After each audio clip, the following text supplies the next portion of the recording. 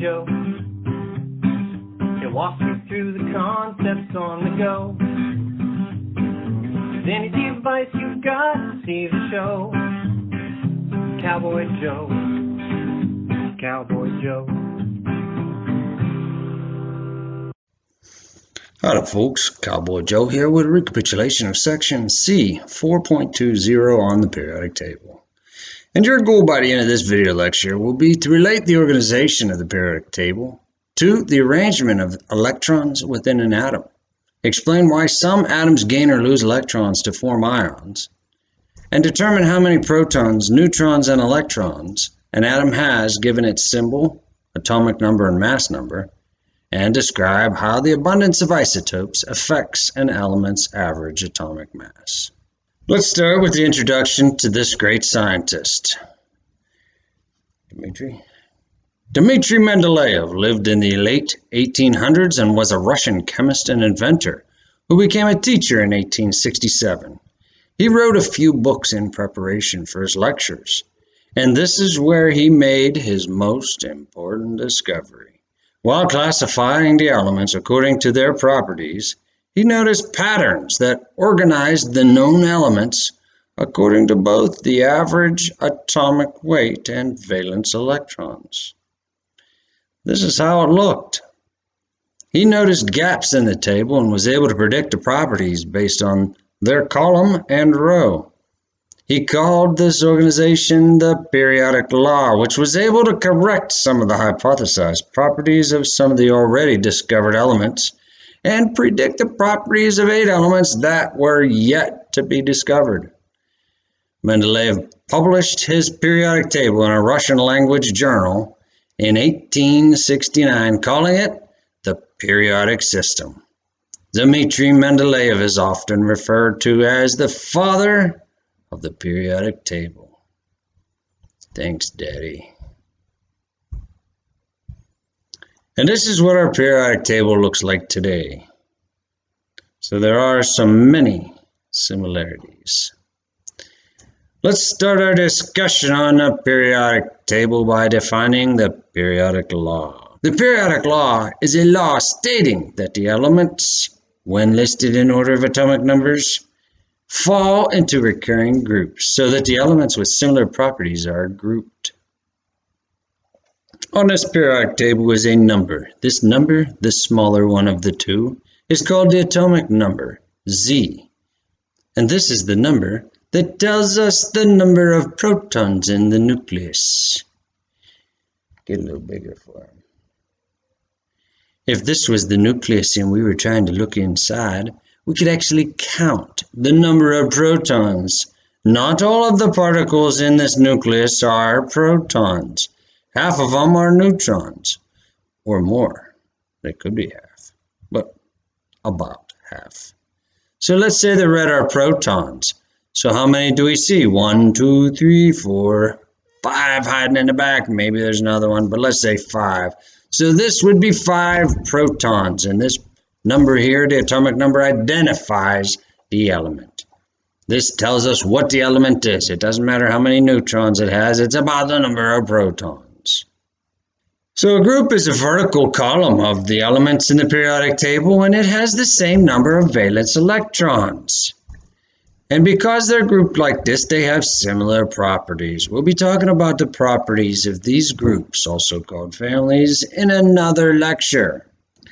Remember that valence electrons are important to understand to comprehend chemical bonding.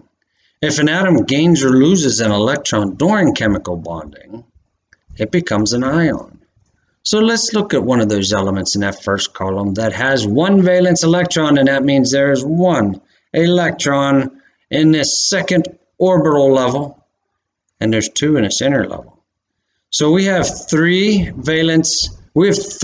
electrons, and 1 of which is a valence electron. So if this atom loses 1 of its electrons,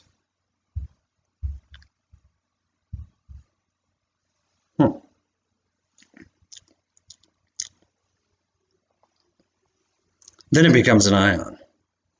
Notice now there are 3 protons and 1 less one less electron, making it 2. So if there's more positive inside this atom than negative, it becomes positively charged. Let's look at another one, maybe fluorine. Fluorine has 9 I tell you, 9 protons and 9 electrons. So in its outer ring, it doesn't have 1, it doesn't have 2, it has 7. There's 2 of those electrons in this first orbital. There's only 2 seats. In the second orbital, it has 7. So 7 and 2 make 9. But in order for it to feel complete, in order to it be completely satisfied or full, it needs to have 8 in the second energy level. Hey, we'll give it this one. As soon as that happens, fluorine becomes an ion and its electron count becomes 10. So since its electron count became 10 and there's more electrons, it actually becomes negatively charged.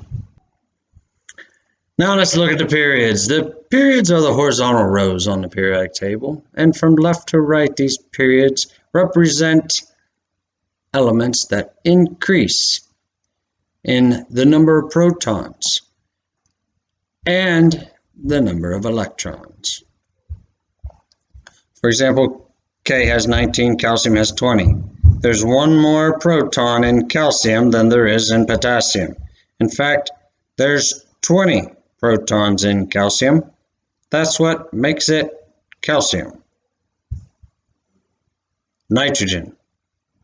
Nitrogen has 7 protons. When you go to the right, there's another element that has 8. Starts with an O, you got it. It's oxygen. Oxygen has 8 protons. When you go to the right one more, that's one more proton. This would be, after 8 comes 9. 9 is fluorine. That's what we were just talking about, fluorine. So the horizontal rows in a periodic table are called the periods. So now let's talk about this mass number. The mass number, given a symbol A, of an atom equals the number of protons.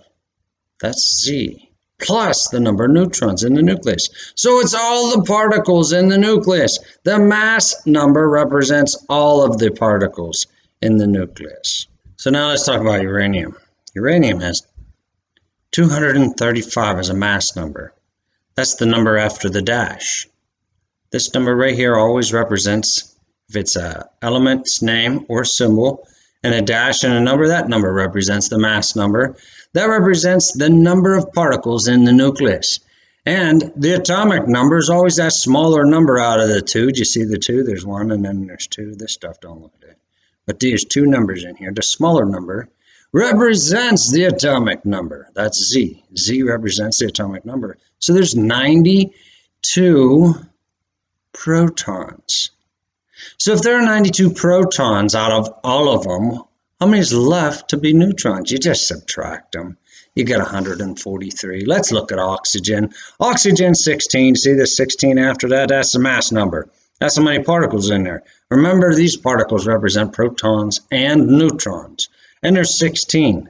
Well, if we knew how many protons there are, then the other half, or the other amount, it could be half. I mean, I'm just like forecasting. But the other ones are neutrons. So protons, 8, same as Z, the atomic number. So 8 goes here. 8, 8, give me 8. 8 protons. So if 8 out of the 16 are protons in here, then there must be,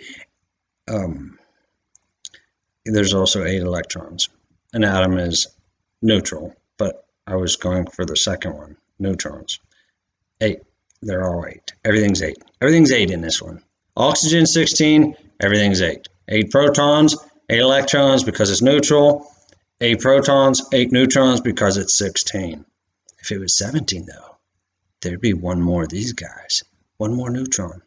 If it was 15, there'd be one less neutron. The 8 would stay the same. If it was 9, it wouldn't be oxygen.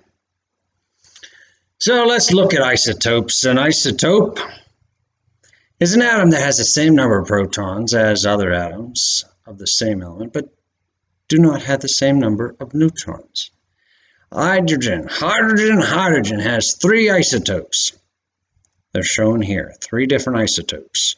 This one only has 1 particle in the nucleus. This one has 2 particles in the nucleus. This one has 3.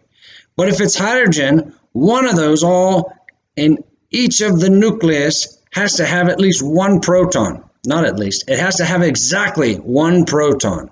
So each nucleus has 1 proton. This one doesn't have any neutrons. This one has 1 neutron, and this one has 2 neutrons. 2 neutrons. All right, so playing with other symbols, notations. When it's written like this, in this format with the elements symbol, and you've got a superscript and a subscript, this top number is your mass number, and the bottom number is your atomic number. So if it's asking for the protons, it would be that 17. We would just pull that 17 right on over there, which is the same as the number of electrons, because the atom is neutral. The atom is electrically neutral, so they both have the same. So how many neutrons? Well, all you got to do is throw a little minus sign right there and subtract. 35 minus 17 gives you 18. So you got to remember, subtract for neutrons. Let's look at a different one. This was chlorine 35. But what if it was chlorine 37? Chlorine 37 has a lot more protons. Nope. Still 17. Still 17 electrons. How many neutrons this time? Well, when we subtract, we get a different number. We get 20 this time. So remember, the neutrons can fluctuate in isotopes. So one atom of chlorine 37 has a mass of about 2.166 times 10 to the negative 24 kilogram. Wow, is that a little tiny number? Just imagine this decimal point going for a run to the left about, 24 digits with a bunch of zeros there. So you're talking 0.0000000000000002166. That's how many kilograms this, because it's so small. They decided to reinvent the wheel here. They said, let's not work with those small numbers. Let's redefine it to be the AMU. An AMU is an atomic mass unit, and it's equal to 1/12 of the mass of the carbon-12 atom. Well, if it's a carbon-12 atom, that means there are 12 particles in the nucleus. That's correct. There are 12 particles in the nucleus, and if it's 1/12 of the 12, then it's like approximately the same as 1. But protons and neutrons aren't exactly the same mass. Neutrons actually are a little bit heavier than the protons. I mean, tiny. We're not talking big. We're talking tiny, but they are a little bit, but it's like the average. But who cares? It's an AMU, 1/12 of carbon-12. So anyhow, if we were looking at chlorine 37, you'd think it would be 37 exactly. 12 has 12 particles in its nucleus. 37 has 37. I don't know. But it's not quite, because the protons and neutrons aren't exactly 1, but they're not exactly the same, but they're just a little bit off. But anyhow, this one would be 36.9659, chlorine 37. You just look it up. All right, that brings us to the number that is alongside the atomic number on the periodic table. It's the other number, the bigger number, the much bigger number. This is called the average atomic mass. For an element, it is a weighted average of the masses of all naturally occurring isotopes of an element. So if we take all of the naturally occurring isotopes of an element and we average this number down here, then we will get the average atomic mass that goes on a periodic table. For example, let's look at silver. Everybody likes silver. Silver 107 is a naturally occurring isotope of silver, and same with silver 109. They're the only two. In fact, they're almost split in the abundance 50%. But silver 107 is about 51.84, and silver 109 is 48.16. So the atomic mass of these guys, it's not exactly 107, but close to it, 106.9051. And the atomic mass of this guy is this much AMUs. So when you take this guy times its abundance, you get this number. And if you take this guy times its percentage of the abundance, then you get this one, and if you add them together, that's what's on the periodic table. So, what you need to know is that the abundance, that's this last one, the abundance of the isotopes affects an element's average atomic mass. So that's it, folks. Here's your summary. We related the organization of the periodic table to the arrangement of electrons within an atom. We explained why some atoms gain or lose electrons to form ions. And we determined how many protons, neutrons, and electrons an atom has, given its symbol, atomic number, and mass number. And finally, we described how the abundance of isotopes affects an element's average atomic mass. Until next time, Cowboy Joe, out. Cowboy Joe. Cowboy Joe.